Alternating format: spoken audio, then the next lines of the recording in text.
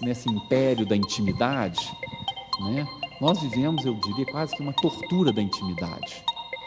É claro que para cada um de nós, muitas vezes a intimidade é de fato, né, um lugar protetor, um lugar acolhedor, mas nisso acho que a Ana Arendt tem razão, né, a intimidade dos outros é uma chatura. Em alguma medida, quem inventou o voto cabresto não fomos nós, foram os gregos. Mas eu gostaria de começar explicando um pouco o título que eu dei a esse nosso encontro dessa noite, as motivações dessa escolha.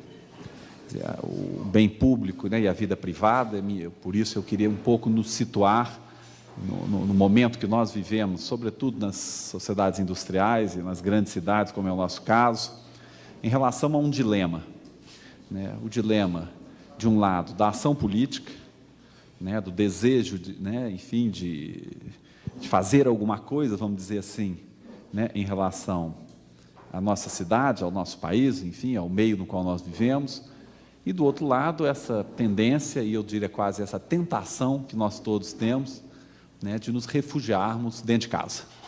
E quando eu falo refugiarmos dentro de casa, eu estou entendendo isso, enfim, da maneira como nós vivemos hoje, que é um refúgio contra o mundo, né?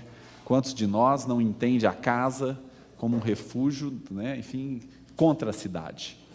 Né, a cidade lá fora, e isso gerou comportamentos cada vez mais, às vezes, obsessivos em relação à intimidade, em relação a esse espaço da casa, né, há uma certa sacralização desse espaço, né, e, de certa maneira, nossas sociedades nos prepararam para vivenciar esse antagonismo entre o mundo da cidade, o mundo público e a casa. Eu queria, então, conversar um pouco com vocês essa noite sobre esse antagonismo. Me parece que esse é um debate plenamente ancorado no século XXI. Né? É um debate que nós, de certa maneira, já estamos acostumados, né, viver como contradição a relação da casa, da vida privada, com o mundo público. Né? E o que eu gostaria, então, é de tomar esses dois momentos, digamos assim, né, com a sua faceta mais radical, até porque eu acho que, às vezes, né, é uma forma de abordar um fenômeno social, é uma maneira de abordar um fenômeno social, radicalizar, tomá-lo pelo seu extremo, né, não porque cada um de nós aqui, né, esteja prisioneiro desse extremo, mas o que eu vou tentar ver é que, de uma certa maneira, nós vivemos, né, na atração desses dois polos. Então, são dois polos, né, eu vou copiar aqui um sociólogo que eu gosto muito, que é o Norberto Elias. Ele fala de uma balança. Ele fala de uma balança entre dois momentos, o momento do eu e o momento do nós. E ele diz, enfim, né, que essa balança é o que determina, de certa maneira, a forma como nós nos portamos em sociedade. Quer dizer, qual que é o ponto que eu acho interessante?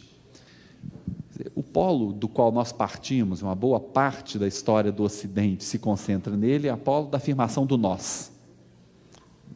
Algumas sociedades até hoje desconhecem, de alguma maneira, essa inflexão em direção à intimidade. E para tomar a história do Ocidente em particular, quer dizer, o mundo antigo desconhecia essa inflexão em torno, né, do polo do eu. O mundo antigo, ele tinha como referência principal na vida de uma pessoa, né, a referência do nós. A referência do nós, para tomar o exemplo mais clássico, mais, enfim, tradicional da Grécia Antiga, de Roma, o polo da cidade. Quer dizer, o que nós estamos, quando eu estou falando de uma balança do quê? Né? Balança de constituição da identidade. Uma boa parte da nossa história nos levou a responder essa pergunta do quem sou eu, ou seja, a pergunta sobre a nossa identidade, em primeiro lugar, nos referindo à cidade. Eu sou ateniense, eu sou brasileiro, enfim, essa é uma tendência, e nós sabemos que é uma tendência que serve muitas vezes até mesmo para nos livrar de um certo incômodo existencial. A resposta a partir do polo nós, muitas das vezes, é uma resposta que permite, digamos assim, que nós saiamos do dilema, né, mais íntimo, mais pessoal, para nos refugiarmos no polo do nós. Qual que é o problema com esse polo? É que a gente tem que tomar um certo cuidado, porque alguns, e mesmo historiadores e filósofos, costumam às vezes apresentar o mundo grego, né, em particular Atenas, como, enfim, uma sociedade quase miraculosa, na qual os homens levantavam de manhã, não tratavam muito bem suas esposas, né, iam, enfim, para a praça pública, e todos, como seres racionais, né, conhecedores de filosofia e outras coisas, discutiam racionalmente sobre as necessidades da cidade. Bom, um mais perto da gente, um dos grandes responsáveis por essa imagem da Grécia foi Hegel, que falava da bela totalidade, mas é preciso dizer que Hegel fez muita coisa boa, mas nesse particular se equivocou completamente. Essa descrição é descrição, né, não sei do que, certamente não é do mundo romano, aí de jeito nenhum, né? Roma era uma grande, né, e saudável bagunça, né, e Atenas era uma grande e saudável bagunça. Essa ideia de uma cidade antiga que produzia esse polo do nós como uma espécie de totalidade, né, vamos dizer assim, encurtando a conversa, é falsa. Os arqueólogos, né, descobriram, por exemplo, isso é uma coisa, né, interessantíssima, que nós, por exemplo, temos muita vergonha do voto de cabresto, né? Em alguma medida, quem inventou o voto de cabresto não fomos nós, foram os gregos, né? Foram descobertas, né, arqueológicas que mostraram que muitas das tabletinhas de votação, né, enfim, das assembleias, tinham todas a mesma letra, né? O que quer dizer, com muita clareza, que as pessoas iam votar com o voto já comprado, talvez seja uma palavra, né, forte demais, mas com voto, digamos, determinado de antemão, né? Isso não diminui a vida grega, né? Isso, na verdade, a torna mais perto de nós, porque a gente fica imaginando uma democracia grega, uma vida grega, homens gregos maravilhosos, bonitos, né, mulheres bonitas, mas oprimidas, é preciso dizer, né, e que conseguiam agir na cena pública com total clareza da sua própria identidade. Quer dizer, eu acho que o que a arqueologia nos ajudou, isso é uma imagem falsa. A Grécia era uma sociedade democrática, com várias limitações, inclusive, das exclusões e coisas do gênero, e mais, ela produzia essa imagem, essa identidade, assim como homens e mulheres produzem imagens e identidades, né, vivendo intensamente conflitos, lutando por interesses, falsificando muitas vezes, né, votações e por aí vai. Então, reparem, outro mito que nós temos que tomar cuidado é quando nós falamos, por exemplo, do individualismo como, enfim, um fruto da modernidade, o indivíduo como um fruto da modernidade. Falando desse jeito, está correto. Quer dizer, o individualismo, isso, né, a marca do nosso tempo, que será certamente a marca do nosso século XXI, foi produzido a partir, enfim, né, de parâmetros modernos, surge sim com a modernidade, com o capitalismo, né? Mas o equívoco que nós cometemos é que transformar, né, a pessoa grega ou pessoa romana, né, em alguém, né, destituído de angústias pessoais, destituídos dessa riqueza de uma interrogação pessoal. Quer dizer, o polo nós não é isso. O polo nós, isso, né, que eu estou usando a palavra, né, o polo do coletivo, o polo da cidade, né, do qual fala Norbert Elias, é simplesmente como eu resolvo, em última instância, essa pergunta do quem sou eu. A ideia, portanto, que não havia, ou que o grego, digamos assim, e aí no caso, né, as mulheres estavam condenadas a um limbo, porque só os homens participavam da cidade, portanto, só eles teriam identidade. Eu não sei muito bem qual seria a vida, se nós levássemos a sério essa hipótese, qual seria a vida mental de uma mulher, né? Ou seja, essa é uma péssima descrição. O fato é, a pergunta quem sou eu era respondida em primeiro lugar, sou um ateniense, sou um cidadão de Roma. Disso não decorre que a vida psicológica, né, certamente era diferente, mas não decorre que a vida psicológica fosse menos rica e tivesse menos acentos, sofrimentos, angústias e prazeres também, né, no polo do eu. O fato é só isso, quer dizer, essas sociedades respondiam à pergunta da identidade, né, inclinando a balança para o polo do nós. Então, esse é um primeiro fator que é preciso a gente prestar atenção, e prestar atenção também que não existe algo como isso, essa balança da qual eu estou falando, fora da história. Sempre a resposta é na história. Então, por isso, há sempre uma particularidade nessa resposta, né? Ou seja, essa identidade é sempre uma identidade histórica, é sempre vivida como história, e nunca né, fora do tempo, né? Por daí que a nostalgia do Polo Nós não nos ajudará no século XXI, né? Nos ajudará em nada a nostalgia, né, digamos, da bela totalidade. Nós podemos gostar, enfim, né, da filosofia grega, podemos amar os filósofos gregos, né? Nesse particular, a nossa identidade nos será conferida e será produzida pela nossa presença, necessariamente, né, no século XXI, num país chamado Brasil, com todas as suas peculiaridades, né? Ocorre que uma das peculiaridades do nosso tempo é justamente a inversão desse paradigma. A inversão desse paradigma que cada vez mais inclinou essa balança, né, para o polo do eu. Quer dizer, a modernidade produziu a ideia do indivíduo, produziu essa ideia de um indivíduo autorreflexionante que encontra, né, e aí, de fato, Descartes, né, está na raiz disso.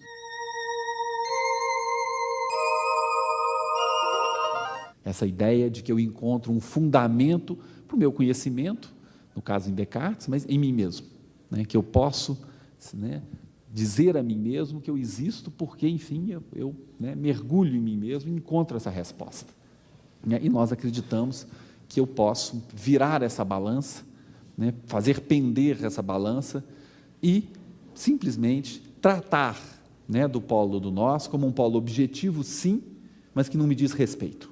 É que nosso olhar vai aos poucos parando de pousar no outro. O outro vai desaparecendo como algo que constitui a minha identidade, como algo que me permite, de fato, estar no mundo.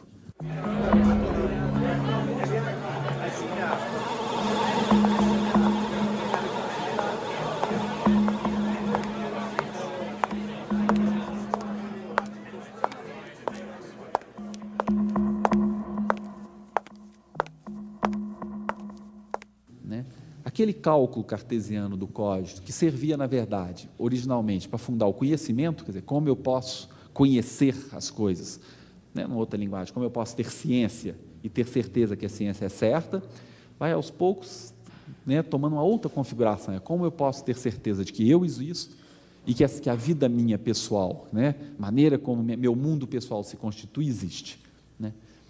E a aposta, eu não preciso do outro para que esse meu mundo exista. Quanto mais eu conseguir traçar as minhas redes de intimidade, quanto mais sofisticadas elas forem, menos eu precisarei que essas redes de intimidade, que meus prazeres, né, que os meus pequenos objetos, sejam legitimados pelo olhar do outro, né? Repare, a casa, até muito pouco tempo, era, enfim, muitas vezes até construída escandalosamente para ser vista pelos visitantes. Hoje é comum que nós tenhamos amigos, né, que frequentemos amigos, às vezes durante anos, sem que saibamos como é a casa dele, né? Isso tem um sociólogo americano que vê a chamada tirania da intimidade. Quer dizer, nós vamos nos concentrando, o Richard Sennett fala, nós vamos nos concentrando de tal maneira no polo do eu, que a intimidade passa a governar, não apenas aquilo que é, claro, próprio da intimidade, né, mas ela vai possuindo o próprio mundo público. E aí nós temos essa experiência que eu confesso que eu tenho dificuldade, enfim, eu sou um pouco conservador nesse aspecto, eu não consigo, enfim, achar muita graça, por exemplo, nesse tipo de programa de exposição da intimidade, tipo Big Brother e outros. Já tentei ver uma ou outra vez, mas, enfim, não consegui de fato, confesso que não consegui. Tem colegas que até já fizeram reflexões certamente muito mais interessantes do que isso que eu estou dizendo para vocês, mas não consegui entender, né? Porque, então, já que é assim, eu vou renunciar à minha intimidade, onde estão as coisas de que eu gosto, os meus livros, os meus discos, enfim, meus amigos, para viver, enfim, a intimidade de pessoas que, convenhamos, né, não tem muito a oferecer em muitos pontos, né? A não ser o desejo, né, avassalador, né, enfim, dessa coisa que chama fama, né, e que veio a substituir no mundo nosso, e isso é um sintoma interessante, aquilo que no mundo romano era a glória, né? E qual que é a diferença aí? Porque muitas vezes a gente encontra relatos dos romanos, essa coisa, né, espetacular, que era a transformação de um general em Deus, ou melhor, do imperador em Deus, enfim, né, o triunfo de um general, né? E era uma coisa que para nós, enfim, era estranha, porque se resumia muitas vezes ao percurso desse general a cavalo pelas ruas de Roma, né? Isso que era a glória, né? E isso o fazia imortal, E a gente mistura tudo, porque fazia imortal, não o fazia eterno. Porque a imortalidade é uma categoria que no mundo antigo designa a proximidade com os deuses. Só que os deuses greco-romanos eram imortais, eles não eram eternos como o Deus judaico-cristão, né? E eram bagunceiros como homens, né? Por isso não havia nenhum grande escândalo em que nós nos tornássemos gloriosos, imortais, né? Por quê? Porque o que tornava imortal alguém era um feito que necessariamente era um feito perpetrado no mundo público. E é por isso que a glória exigia o triunfo, exigia que ele fosse visto. Que graça tem ganhar tantas batalhas e depois não ser visto como vencedor, né? A glória necessariamente passa, né, pelo olhar do outro. Ninguém é glorioso por si mesmo. Daí que os generais não tinham nenhuma necessidade, aliás, não ia adiantar de nada, da exposição da intimidade ou da própria personalidade, porque a imortalidade lhes era acordada por feitos, por batalhas ganhas, enfim, por ações feitas, e não porque eles, enfim, achavam isso ou achavam aquilo, né? Nesse império da intimidade, né, nós vivemos, eu diria, quase que uma tortura da intimidade, né? É claro que para cada um de nós, muitas vezes a intimidade é de fato, né, um lugar protetor, um lugar acolhedor, mas, e nisso acho que a Ana Arendt tem razão, né, a intimidade dos outros é uma chatura, né? E o fato é que nós passamos a viver cada vez mais como se isso fosse substancializado, como se isso fosse de fato a nossa essência, na ausência de uma essência exterior a nós, né? E aí vem a fama, né? A fama é, né, essa exposição total do eu, esse total conhecimento do eu, sem que a ele tenha que ser associado nenhum feito. A fama, nesse sentido, ela é totalmente vazia. Em que sentido? Se você pode ser perfeitamente famoso sem ter feito absolutamente nada. O problema, gente, desse mergulho na intimidade é que ele, da mesma forma como na Grécia Antiga, o polo do nós certamente repercutia violentamente na casa, comandava relações muitas vezes injustas entre os sexos e coisas do gênero, né? Essa hipertrofia da intimidade comanda relações no público. Passa a ver o público a imagem do privado, né? Olha o mundo como se fosse a casa, né? Mas é muito comum no nosso discurso, por exemplo, político, dizerem, né, não, a economia é como em casa, né? Se no final do mês faltar dinheiro, nós temos que fazer empréstimos. Então, nós temos que cuidar do orçamento como se cuida do orçamento de casa. E tudo, claro, temos que fazer o dever de casa, né? Nós só não nos damos conta que a palavra dever de casa é um absurdo para uma tarefa do mundo público, né? É ridícula, porque evidentemente o dever de casa pressupõe uma relação de autoridade, de formação, né? Enfim, que não está presente nessa esfera do mundo público, só é possível porque nós nos acostumamos a olhar o mundo público com o olhar da intimidade.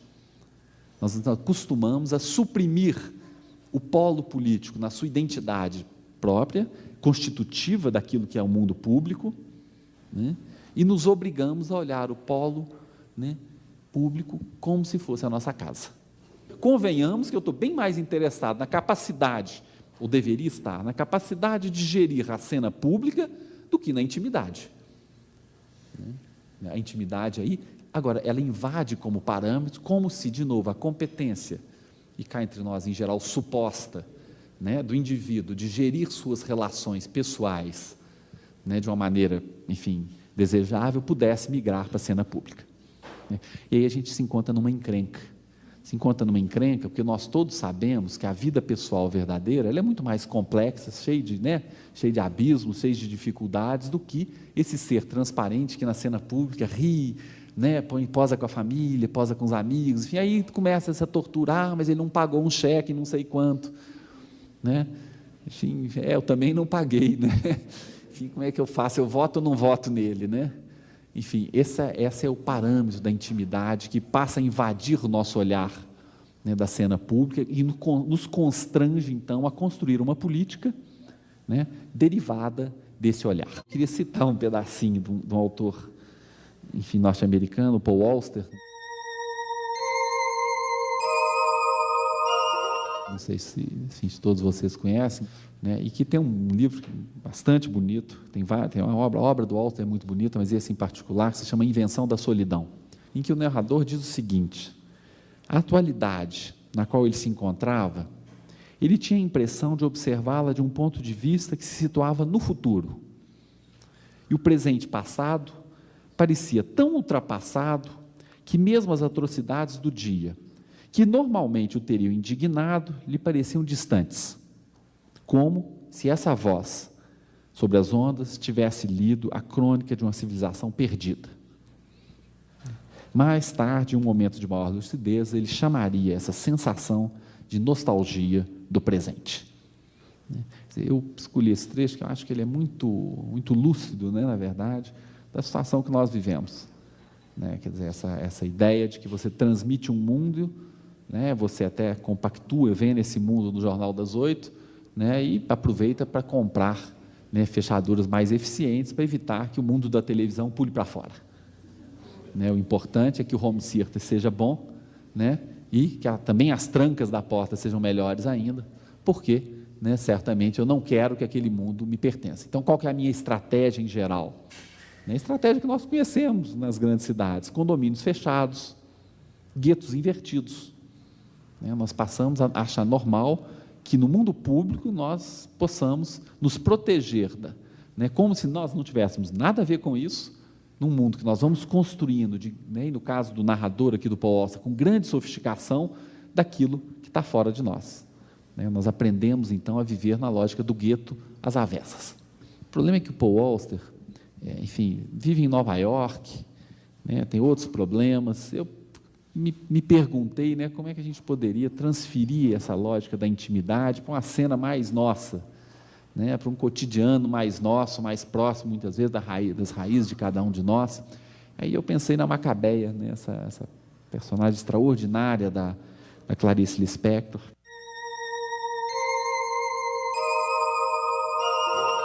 que, na hora da estrela, vivencia um roteiro, na cidade grande. À primeira vista, eu concedo inteiramente, Macabeia e o narrador do Paul Auster não tem absolutamente nada a ver. O Paul Auster é um leitor de Proust, leitor de literatura russa, e o seu mundo é um mundo de viagem por esse universo intelectual. Nossa Macabeia, é uma pobre nordestina, sem família, e que se vê jogada, na cidade do Rio de Janeiro, no cenário urbano do Rio de Janeiro, para vivenciar, essa busca, da sua hora, de estrela. Então, aparentemente, são dois personagens que não têm contato nenhum. À medida que eu li de novo o livro, eu achei que é desafiante no contexto brasileiro é pensar um pouco a especificidade da nossa vivência brasileira do extremo da intimidade. Ou, se vocês preferirem, no caso da Macabeia, do extremo da solidão. O que é a solidão brasileira? Porque a trajetória da Macabeia é muito elucidativa. Por quê? É uma jovem nordestina, feia, sem atrativos que permitissem que ela tivesse, uma recepção na cidade de outra natureza, com um trabalho humilde, e que sumiu a família. É isso que me chamou a atenção. Por quê? Porque no caso da história brasileira, nós sabemos que a gente tem uma constituição da sociabilidade certamente diferente das sociedades liberais anglo-saxônicas, porque a família, como núcleo de inserção e de formação da identidade, permaneceu entre nós fortemente até muito recentemente. Em muitas partes do Brasil ainda, a identidade primária das pessoas é dada pelo círculo imediato. O que nós estamos vivendo hoje nas grandes cidades já não é mais isso. É muito mais ao processo da Macabeia. São pessoas que foram desenraizadas muitas vezes, talvez nós mesmos, da cena familiar, da cena cultural, da cena patrimonial, e foram lançados em cidades que não as acolhem. E não as acolhe duplamente. Em primeiro lugar, porque não tem a família mais para acolhê-las. E as famílias são trucidadas, literalmente, no ambiente urbano. O ambiente urbano, ele dificulta extremamente a reconstituição, ainda que várias comunidades procurem isso, dificulta essa reconstituição do mundo familiar como do mundo identitário. E Macabeia é mais paradigmática ainda. Por quê? Porque ela sequer tem ligação familiar, ela é totalmente desenraizada, ela é totalmente jogada na cena urbana, né? E para ela resta o quê? Resta o desejo da sua hora, né? A sua hora de identidade. Então, quer dizer, nessa tragédia, digamos assim, brasileira da Macabeia, eu acho que a gente pode encontrar, enfim, uma figuração, né, bastante mais quente, digamos assim, bastante mais próxima do que nós vivemos, né? E essa trajetória me convenceu ainda mais quando ela arruma um namorado. Porque nós sabemos que, sim, ela era totalmente solitária, ela trabalha como datilógrafo, não tem lá muito sucesso, né? O patrão só não a demite porque, enfim, tem pena. Nessa trajetória ela encontra Olímpico de Jesus, nome extraordinário, né? Olímpico de Jesus, que, como ela vem, enfim, né, vem do Nordeste, né, como ela também se sente desenraizada, eles só têm uma conversa muito rala sobre lembranças da infância, que se resume, enfim, a culinária, né, a rapaduras e coisas do gênero, e mal conseguem, enfim, conversar. Mas o Olímpico de Jesus é um peso interessante nessa história, porque ele é extremamente ambicioso, né? Enfim, ele maltrata, né, a namorada o tempo todo, né, na sua ambição, ele quer ser deputado, né? Ele diz que a inteligência dele tem de ser reconhecida, e é curioso porque é um personagem incômodo, porque nós, infelizmente, reconhecemos a trajetória de muitos dos nossos homens públicos, né? Você não tem, né, diz a Clarice Lispector, ele sabe fazer discursos vazios, né? Esse é o sinal de inteligência maior que ele tem. Não tem bom senso, não tem capacidade de ouvir o outro, tem ambição, né? Por que ele é curioso? Porque, na verdade, ele é um Brasil mais antigo ainda do que a Macabeia. Como é que ele resolve essa ambição?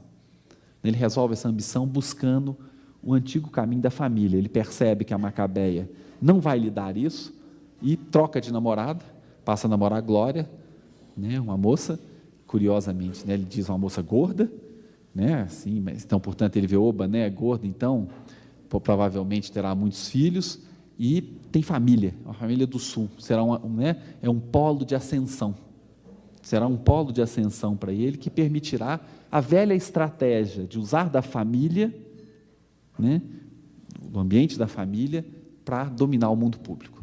Mas o mundo público, ele é figurado como o quê? Ele é vazio, ele é a pura ambição, é o mundo que terá de me reconhecer. O pronome na primeira pessoa, né, domina a ambição, né, domina a ambição do Olímpico. A ideia de que o mundo público possa ter uma identidade do público, possa ter uma identidade para além, digamos assim, da ambição de cada um, sequer passa na cabeça do personagem, né? Eu acho que um personagem, pelo menos a mim, me incomoda muito, né, exatamente porque eu me vejo muito refletido enquanto brasileiro nesse personagem, né? É impossível não reconhecer nesse personagem uma parte da constituição da nossa relação com a política, né? A relação da individualidade estrita do eu com o mundo público, quer dizer, um mundo público vazio, o mundo público do Olímpico é vazio, né? Ora, a Macabeia, gente, ela não ambiciona entrar na cena pública, ela nem poderia ambicionar entrar na cena pública. Como diz a Clarice Lispector, ela era calada, né, por não ter o que dizer, mas gostava de ruídos. Isso não se traduz, na verdade, numa ausência de aspiração pela vida na cidade, se traduz no fato de uma impossibilidade dela viver na cidade, né? E o que me chamou a atenção mais tarde é que ela tem um prazer também, né? E o prazer é a solidão.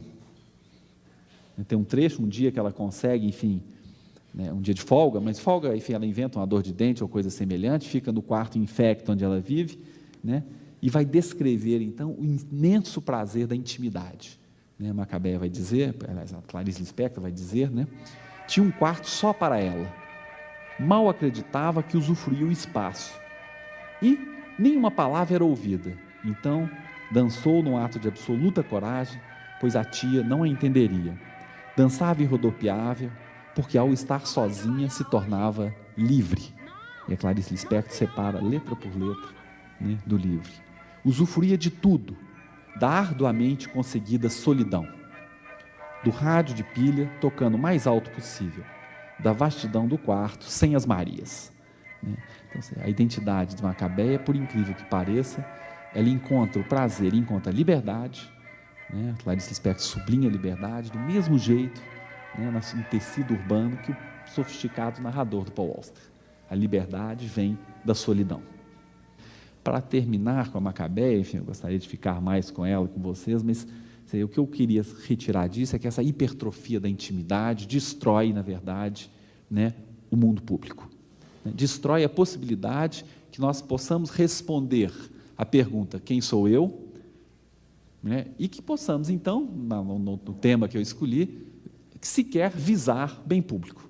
Não há bem público algum, né, o mundo se esfacela em particularidades, a minha vida é tentar reconstruir na intimidade um jeito de lidar, né, com a fragmentação total do mundo. Essa fragmentação total, né, nos torna antipolíticos no sentido clássico, incapazes de visar bem público. E é por isso que cada um de nós pertence à cena pública dizendo sempre eu. Ora, né, até prova em contrário, a somatória dos desejos de cada um de nós dificilmente produzirá bem público. Bem público, no fundo, é uma coisa simples. É aquilo que nós conseguimos olhar e dizer que é um bem para todos. Se nós formos capazes de dizer tal coisa, né, uma lei, né, a construção de uma barragem, enfim, coisas do gênero, assim, é um bem para todos, isso é um bem público. Não é preciso grandes metafísicas para dizer que se trata de um bem público. Né? O problema é que esse mergulho na intimidade nos torna totalmente incapazes de passar, né, do eu para o nós. A balança, então, ela inverte. E o nós não se produz na somatória de eus. Agora, outra cena que eu queria conversar com vocês, assim, é que nós também conhecemos no século XX, longamente, nesse longuíssimo século XX, o contrário, né? O ator que mergulhou inteiramente na ação. O ator que, enfim, né, acreditou profundamente que seria capaz de fazer, né, o mundo. Né? Reconstruir o mundo. Também é uma cena muito próxima da gente, né? Tanto, enfim, a ideia da revolução, a ideia de que é possível refazer o mundo do zero, né? É também a descrição da nossa modernidade. A modernidade é também a era das revoluções, né? Então, imaginar que a modernidade, né, foi produzindo um indivíduo cada vez mais mergulhado em si mesmo é uma verdade, mas de outro é uma descrição parcial, digamos, né, da construção da modernidade, se nós esquecermos, né, o outro polo, né, o polo, né, das revoluções. E aí nós vamos encontrar um personagem totalmente diferente, né, que é o personagem do revolucionário. Né. E o exemplo que eu assim, para ajudar na nossa conversa, é um livro que hoje é um pouco esquecido, Anatole France. Né? A geração dos modernistas do Brasil leu muito Anatole France, gostava muito de Anatole France, é um grande escritor. Hoje é um pouco esquecido no Brasil, já foi muito traduzido, né, mas hoje a gente lê pouco, mas esse livro, Os Deuses Têm Sede, eu acho que é um livro muito, muito bom. Ele trata, né, enfim, Os Deuses Têm Sede, trata da Revolução Francesa, mais particularmente do terror. O Anatole France também é um homem de esquerda, né, também vem da esquerda republicana francesa. Muito cedo, o pai dele tinha uma livraria, ele tomou contato com a Revolução Francesa, com as fontes da Revolução Francesa, mas é um livro muito interessante porque o personagem não é Saint-Just, não é Robespierre, é um homem, enfim, né, que poderia perfeitamente ser um de nós, um homem que se entrega à nação. Né? O personagem se chama Évariste Gamelin, né, é um pintor discípulo do Davi, do grande Davi. Ele, enfim, é um pintor, ele faz parte ali da seção do Pont Neuf, né, enfim, da seção revolucionária, mas não tem grandes importância. Aliás, ele sequer tinha dinheiro para ser da seção, mas para quebrar o galho dele, ele entrou e vive convictamente essa fé revolucionária. Então, ele percebe claramente, enfim, ele faz fila para pegar pão às 5 horas da manhã, né, é um jovem, né, enfim, como a idade dele é mais fácil, né, completamente tomado pela filosofia, tem uma crença na filosofia, enfim, né, ou no caso em particular em Rousseau, né, que com a idade a gente aprende a não acreditar tanto assim na filosofia, né, mas aos 20 anos a gente acredita muito, e Rousseau é encantador mesmo, né. Rousseau, a grande dificuldade do Rousseau é porque escreve bem demais. Então, assim, você fica sem saber muito bem se dá para não acreditar naquilo, está tão bem feito, né? E foi esse o impacto de Rousseau. Quer dizer, Rousseau tem uma recepção romântica, vamos dizer assim, durante a Revolução, que provavelmente não coincidia muito com o temperamento complexo, para dizer o mínimo, do escritor. Mas Rousseau, lido, quem aqui leu Rousseau sabe, é um pensador, enfim, terrivelmente encantador. Primeiro que escreve maravilhosamente bem. Rousseau é assim, você lê, entende tudo e não tem que voltar. Quer dizer, entende tudo, evidentemente, há um elemento de sedução voluntária em Rousseau que provoca esse efeito. E Gamelin, esse jovem bonito, é preciso acrescentar, é importante na história, é um jovem bonito, sedutor, mas tímido, enfim, arruma uma namorada, mas todo reservado, vive nesse universo rousseauista da crença revolucionária. Mas, num primeiro momento, essa crença ela tem esse elemento do bom senso. Em que sentido? Ele sabe, antes de mais nada, que se a revolução andar para trás, ele, socialmente, voltará a uma posição inequivocamente inferior. Então, a fé, eu estou usando a palavra fé aqui, propositalmente, a fé do Gamelin é respingada e temperada por esse bom senso de uma leitura correta da sua posição na sociedade. Nesse momento, ele é, enfim, esse discípulo encantador de Davi e de Rousseau. Quer dizer, então, essa é uma cena, gente, com a qual a gente também se identifica.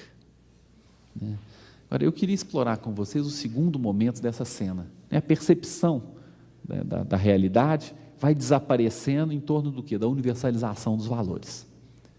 Gamelin, que era membro simplesmente de uma seção política, aliás, decadente, vai ser tragado para a máquina do terror, para o interior da máquina do terror, em que todas as categorias com as quais ele olhava o mundo serão tornadas categorias universais. E aí a gente encontra esse paradigma da ação política que foi o jacobinismo. A fase do terror na França vai coincidir com a construção desse grande paradigma da relação do eu com o nós, que é o paradigma jacobino. Ele, que era grande admirador do Marat, porque defendia o bem público, justamente, passará então, será tocado pela figura do Robespierre.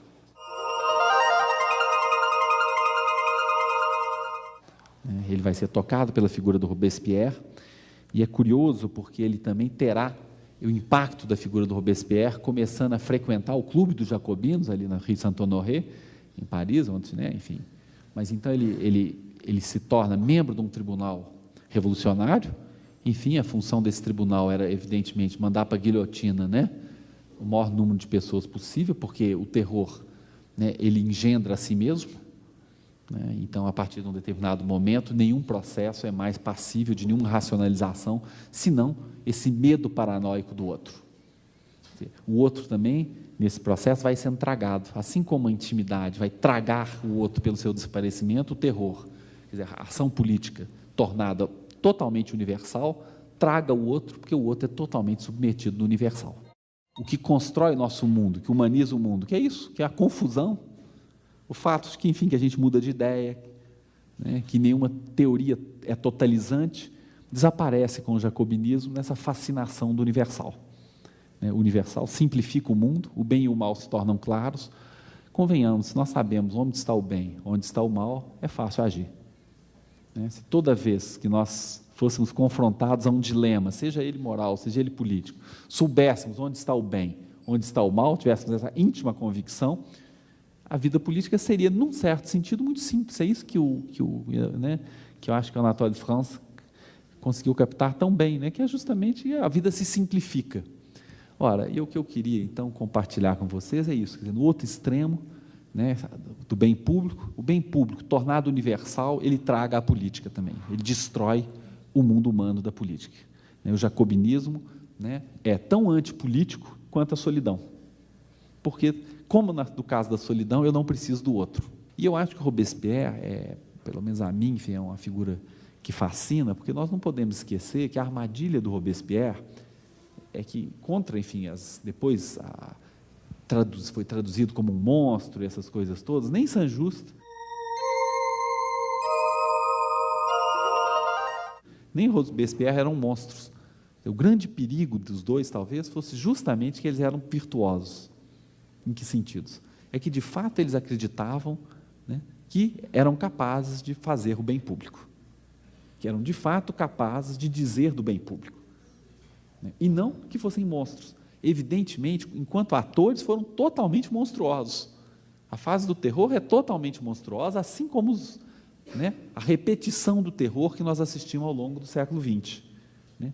Mas o que é mais, digamos assim, que para a nossa conversa, que mais me espanta e que eu acho, do fundo, que mais me dá medo, é o fato de que Robespierre, como Saint-Just, eram homens, do ponto de vista das intenções, do sentido de querer fazer o bem público, eram homens que de fato acreditavam nisso.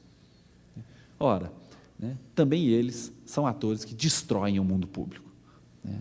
Destroem o mundo público, e talvez é isso que é o... Né, eu terminar a minha fala, eu acho que talvez que a gente pudesse imaginar que o mundo público, né, para ser reconstituído nesse nosso século, né, ele terá de ser o espelho de uma complexidade, né, de uma pluralidade, que não aceita ser aprisionado nem nas tiranias da intimidade e nem nas tiranias do universal. Né? Provavelmente o mundo público é menos charmoso, menos, enfim, poderoso, mas, né, espero eu, mais humano, se nós conseguirmos traduzi-lo, né, na complexidade das nossas relações e nas dificuldades que nós temos, sim, de olhar o outro, né, que é o paradigma, né, a meu ver, necessário, olhar o outro, da construção de um espaço público. E aí talvez a gente possa falar de uma maneira melhor, de uma balança, que não vai se equilibrar, né, não vai parar, não é bom que pare, mas que também, né, não vai pender nem para o nosso, né, o peso, e nem, né, para o eu, que são as duas únicas maneiras que eu conheço de estabilizar uma balança, né, de armazém, como a gente conhecia nas cidades do interior do Brasil. Você falou em Norbert Elias, né, a balança de poder, e ele estudou em pequenos detalhes o processo civilizador, né? Você não acha que, por tudo isso que a gente está vivendo, principalmente no mundo urbano, a gente está num processo descivilizador? Eu quase que eu diria, infelizmente, porque uma das coisas com a qual não concordo no Norbert Elias, que o Norbert Elias, que é um pensador extraordinário, um sociólogo extraordinário, mas ele tem ainda uma confiança no progresso que eu, infelizmente, não consigo compartilhar. Pelo menos não é dizer que nós não melhoramos, isso seria irracional. Mas Norbert Elias ainda tem essa confiança que, de fato, os processos sociais podem ser entendidos pela lógica do progresso. Eu penso que, de fato, nós podemos dizer que há progresso, basta ver a situação das mulheres, então, há progresso, sim, nos mecanismos sociais, mas aí que eu infelizmente, concordo com você. Mas o progresso, ele não existe na mão única, há também regressão. Né? Há, por exemplo, né, um fenômeno que o Sennett estuda tanto quanto ele, há incivilidades. Né? A gente perde civilidade. Ele falava muito em nível de consciência, e isso nós não alcançamos, né? Uma mudança de nível de consciência. Ou se alcançamos, como você disse muito bem no começo, também regredimos. Né? Nós, por exemplo, na questão da etiqueta, que, aliás, o Renato Giannini estuda muito bem, foi um pioneiro nesse estudo no Brasil, nós passamos a ver a etiqueta, num determinado momento, como algo justamente que é contrário à espontaneidade, como algo que diz mal da pessoa. Uma pessoa que, enfim, segue etiquetas, a gente tende, principalmente no Brasil, a gente tende a achar que, enfim, é uma pessoa difícil de conviver. E eu acho que o Renato, na esteira, inclusive, dos estudos do Norbert Elias, mostrou muito bem que é justamente o contrário. Quer dizer, a etiqueta, na maior parte das vezes, ela facilita com que nós possamos conviver com civilidade, como você lembrou, né, com as pessoas em geral, sem que nós exijamos dos outros um excesso de, enfim, né, de cortesia e de amizade, que não é normal que a gente tenha no ambiente, e, ao mesmo tempo, não sejamos agressivos. Porque no Brasil a gente sabe que a intimidade, né, rapidamente dá, né, ela dá uma passagem para a violência. Na medida que você demanda do outro algo mais do que a cortesia, do que a etiqueta, do que as regras, né, a maior parte das vezes nós não vamos obter. Né? Então, rapidamente, o código da não etiqueta é o código da violência e não da civilidade. E o Richard Sennett mostra que o código da intimidade, ele degrada a civilidade, não eleva. Então, por isso que, infelizmente, nesse sentido, né, nós regredimos. O código de civilidade pode ser chato, pode ser, mas nos protege também, permite que a balança do eu-nós seja mais equilibrada do que do mundo totalmente sem regras, sem etiquetas, porque aí a balança faz assim, de novo. Ora, a etiqueta nos ajuda justamente a diminuir essa tensão. E a civilidade é justamente para diminuir essa tensão. Isso que o Richard Sennett trabalha muito bem. E no caso brasileiro, aí nós somos, porque eu não gosto, mas de jeito nenhum, dessa ideia da leitura do Brasil pelo paradigma do atraso ou da falta. Né? Eu acho que, enfim, não há, obviamente, o paradigma comparativo é outra coisa, né? Mas nesse sentido, nós estamos na frente. Quer dizer, essa incivilidade ou a informalidade que veio a ser a tônica em outras sociedades, nós realizamos o seu extremo enquanto sociedade muito antes. Então, nós somos vanguarda nisso. Então, acho que cada sociedade, essa é uma lição boa, cada sociedade tem que ser lida por aquilo que ela é, né? Pelas suas particularidades e a força do Norbert Elias, aí que eu acho interesse. Nós temos que ser capazes de apreender nossas particularidades até para apreender as nossas eventuais universalidades, aquilo que nós compartilhamos com os outros. Então, em muitos setores nós somos vanguardas, infelizmente, às vezes, da incivilidade. Não só, tem coisas muito boas, evidentemente, mas isso, por exemplo, nós antecipamos né, uma sociedade sem etiqueta. Professor Newton, o senhor diz o seguinte: o individualismo será certamente a marca do século XXI. Com tantos movimentos sociais, no sentido de envolver a comunidade, para ter uma postura mais cidadã, quer dizer, olhar mais o outro, como fica essa afirmação? Olha, eu acho que justamente se eu partir da ideia da balança, por isso, quer dizer, eu acho que eu não espero e não acho que a marca do século XXI, eu mais espero do que acho, para dizer a verdade, porque, enfim, eu desconfio muito de previsões no campo das ciências sociais, da filosofia, mas eu mais espero que essa balança não vá pender, né, para um dos lados de maneira conclusiva. Agora, ao mesmo tempo, eu acho que se nós não levarmos em conta, quer dizer, que essa ideia do indivíduo, da construção do indivíduo como mônada, né, portanto, como autorreferente, é uma marca do nosso tempo, nós corremos o risco justamente de virarmos gamelã, quer dizer, a ação política ser totalizada. Você acha que não tem como, nós não vamos abrir mão, e aí, né, o senhor lembrou muito bem, nós não vamos abrir mão disso, até por uma razão muito simples, nós não temos, enquanto sociedade, enquanto tempo, enquanto cultura, o que colocar no lugar. Se eu tentar simplesmente desconhecer essa minha necessidade de construção da minha personalidade, do meu eu, enquanto indivíduo, eu não tenho o que colocar no lugar. E se eu não tenho o que eu colocar no lugar, eu coloco Robespierre. Eu terei que encontrar o outro polo. Então, eu acho que o nosso século, né, nós não temos como deixar de lado o fato de que nós vamos agir como indivíduos e que nós vamos continuar como indivíduos, muitas vezes nas nossas ações sociais, olhando, sim, interesse social, mas também olhando interesse individual. O que eu acho que as sociedades liberais, né, ou ditas liberais, têm, num certo sentido, de facilitador, é que há menos pudor, em certos momentos, em dizer que se trata de um interesse pessoal. Isso, para nós brasileiros, às vezes é ruim, né? O sujeito está aqui defendendo interesse, que coisa mais esquisita, né? De fato, incomoda por isso que você está dizendo. Num país como o Brasil, isso incomoda muito pelas necessidades que nós temos, né? Mas tem um fator aí não interessante, porque, digamos que quando a pessoa nomeia o interesse, permite que eu trate o interesse como interesse, né? Portanto, que eu negocie, que eu diga, olha, você está querendo receber tanto por tal trabalho, não vale, eu te pago tanto. O grande problema é que numa sociedade como a nossa, e eu acho que o interesse é constituidor, né, enfim, da relação do homem com o mundo, né, de qualquer maneira, muitas vezes a gente mascara o interesse. E o interesse mascarado, ele é socialmente muito mais difícil de lidar do que o interesse explícito como interesse, né? E a gente não pode esquecer, gente, que Cícero,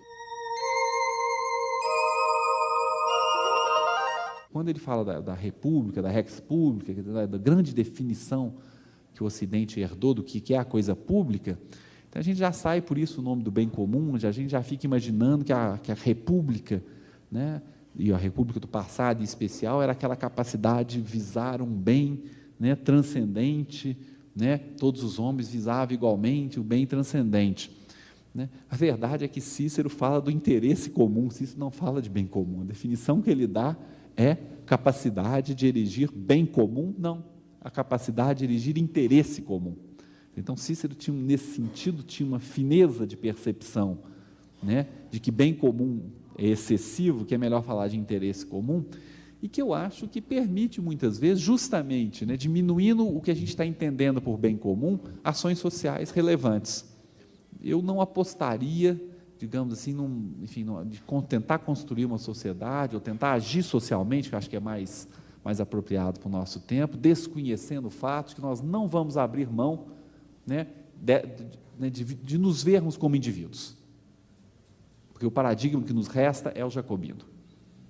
Se nós formos agir no público, né, digamos assim, se entregando inteiramente, nós vamos virar o gamelã.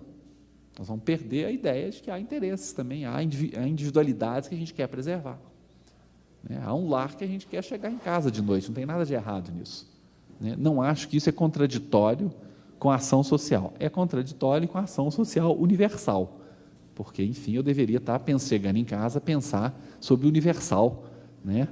Afinal, era uma conferência sobre Ana Arendt, eu devia ter chegado em casa para refletir sobre Ana Arendt, o que, enfim, né?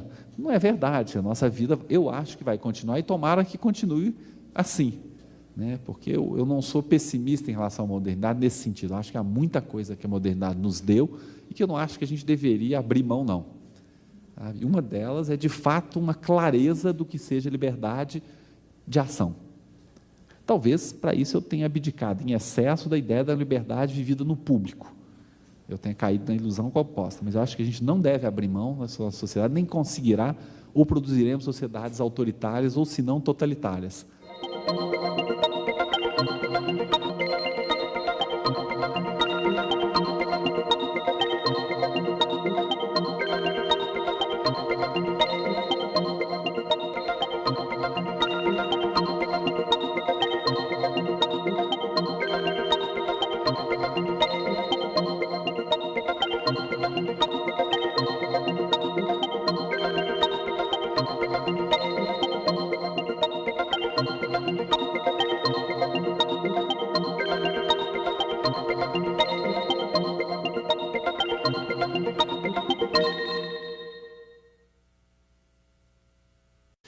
O dilema, de um lado, da ação política, né, do desejo, enfim, de fazer alguma coisa, vamos dizer assim, né, em relação à nossa cidade, ao nosso país, enfim, ao meio no qual nós vivemos, e do outro lado, essa tendência, e eu diria quase essa tentação que nós todos temos, né, de nos refugiarmos dentro de casa.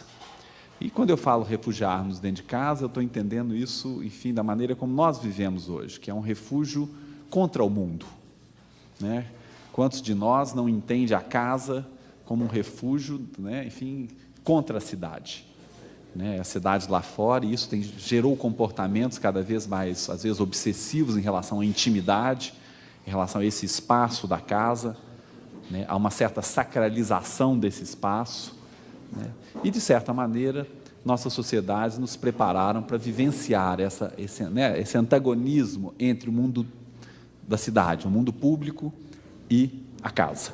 Eu queria, então, conversar um pouco com vocês essa noite sobre esse antagonismo. Me parece que esse é um debate plenamente ancorado no século XXI. Né? É um debate que nós, de certa maneira, já estamos acostumados, né, viver como contradição a relação da casa, da vida privada, com o mundo público, né?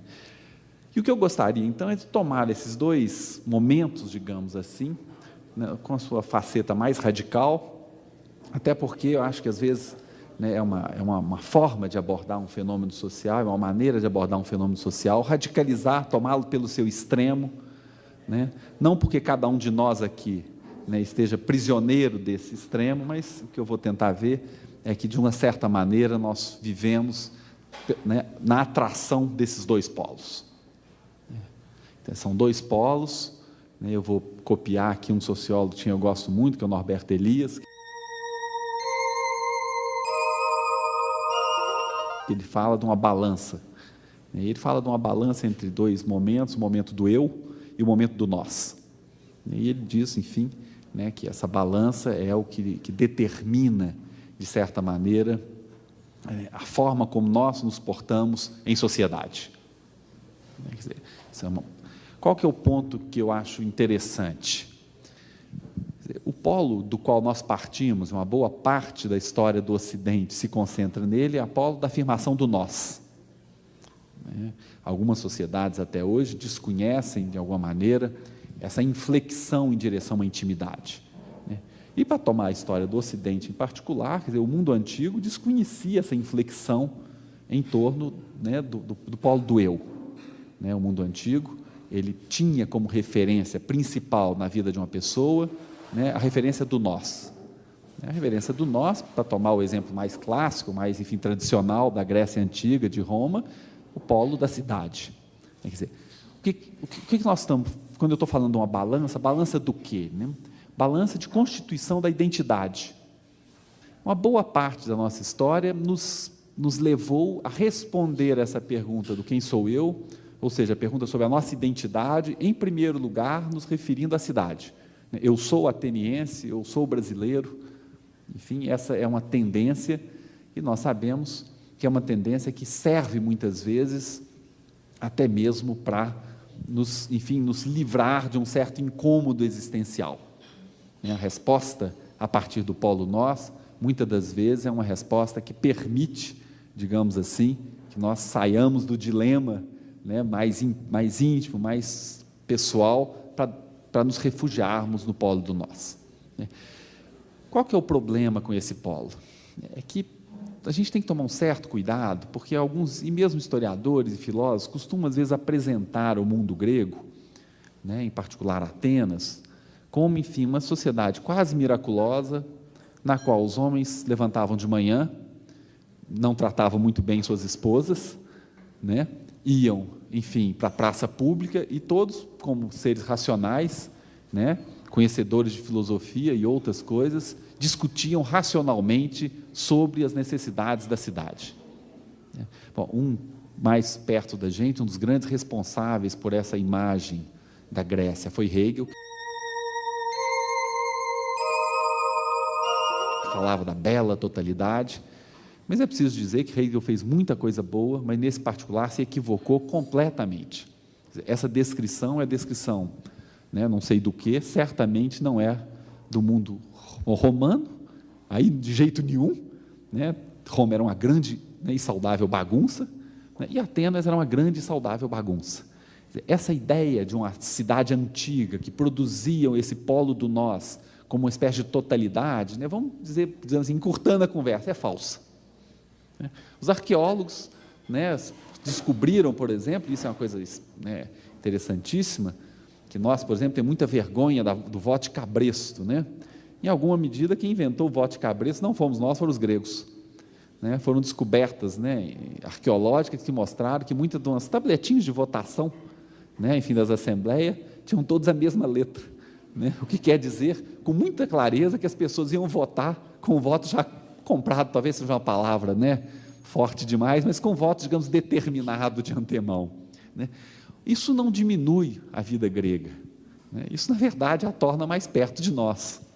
Porque a gente fica imaginando uma democracia grega, uma vida grega, homens gregos maravilhosos, bonitos, mulheres bonitas, mas oprimidas, é preciso dizer, e que conseguiam agir na cena pública com total clareza da sua própria identidade. Eu acho que o que a arqueologia nos ajuda.